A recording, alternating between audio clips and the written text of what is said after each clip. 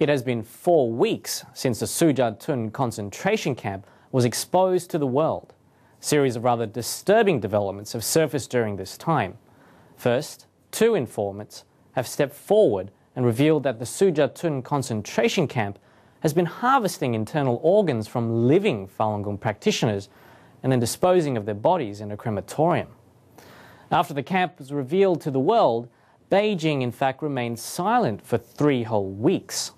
Afterwards, a spokesperson from China's Foreign Affairs Ministry denied the report in an unprecedented press conference. The denial sparked a series of responses. 2 days later, the Epoch Times revealed a letter from a veteran military doctor from Shenyang City where the camp was located. He confirmed the existence of an underground Sujiatun concentration camp. Moreover, he revealed there are in fact dozens of such camps all over China. Meanwhile, the World Organization to investigate the persecution of Falun Gong published its second investigative report, which includes the transcripts of all the telephone dialogues between its investigators and medical doctors in China. The transcripts confirm that Sujiatun is not the only place that harvests living Falun Gong practitioners' internal organs. After the second informant stepped forward with more details about Sujiatun, people spent 3 weeks in shock, anxiety, and all kinds of surmises.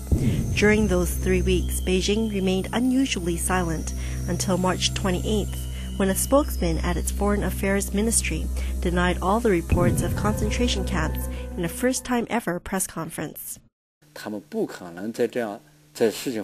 It is impossible for Beijing to make any response immediately after the Sujiatun camp was exposed, because they needed some time to clean it up and cover it up.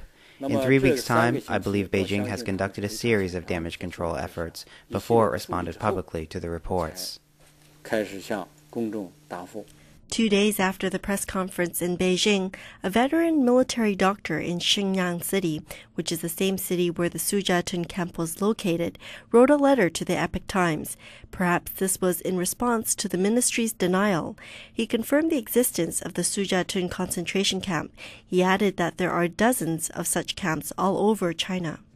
The so-called hospitals in Sujiatun are but one of 36 similar concentration camps all over China. Heilongjiang, Jilin, and Liaoning provinces imprison the largest number of Falun Gong practitioners. The concentration camp in Jiutai area, Jilin province, is the 5th largest prison camp for Falun Gong practitioners in China. This camp alone detains over 14,000 practitioners. Based on information I have access to, the largest concentration camp is in Jilin province. This concentration camp, codenamed 672-S, imprisons over 120,000 people.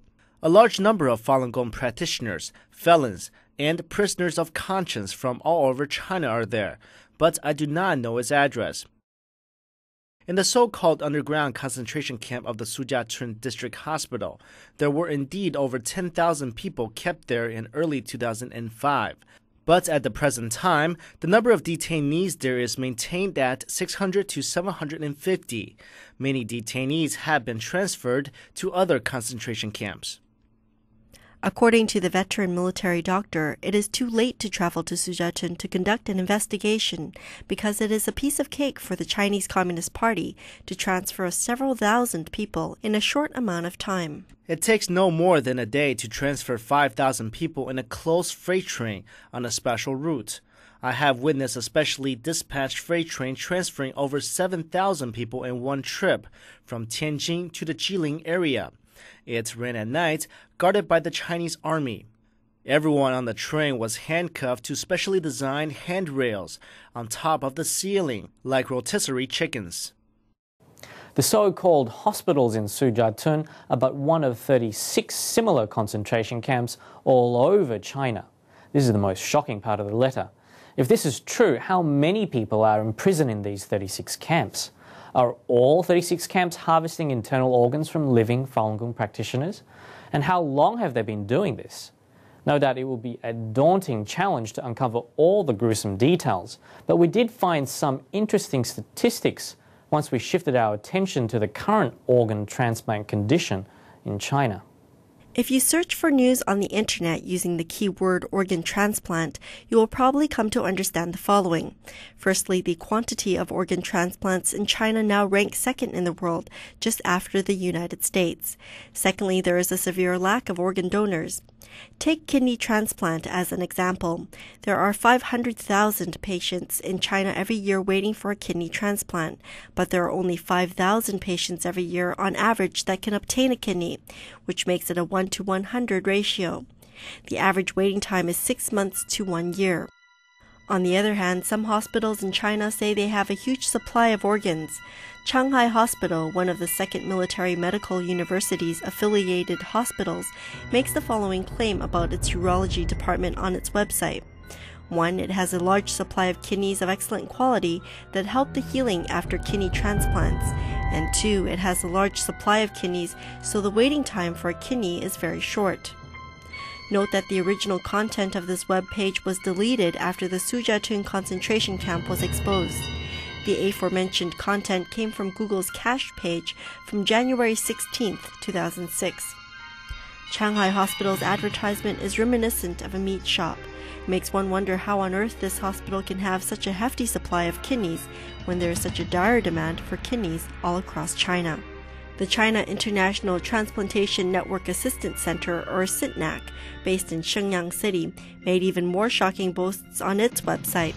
Its Chinese advertisement was also deleted after the Sujiatun concentration camp was exposed, but its English website continues to make the following guarantee in its FAQ section. It may take only 1 week to find a suitable donor, the maximum time being 1 month because the kidney transplant needs to find an HLA tissue match. CITNAC even makes the following guarantee. Despite the strict matching tissue process, the medical team will terminate the organ transplant surgery should they find any problem with the donor's organ. In this situation, the patient is guaranteed to have another organ within a week. CITNAC is not the only hospital in Shenyang City making such a bold advertisement. The following is an audio recording of an actual telephone dialogue between a reporter and a medical doctor at Shenyang Medical College. 肾源你不用担心，肾源指定质量很好。我就担心他这个能等多久啊？他那个那不一定，如果你还跟你的血型有关，还跟你的配型结果有关，有可能咱们这第一天住院没等第一回出院，第2天就配上了呢，还有这种情况，也有可能等一段时间才能配上。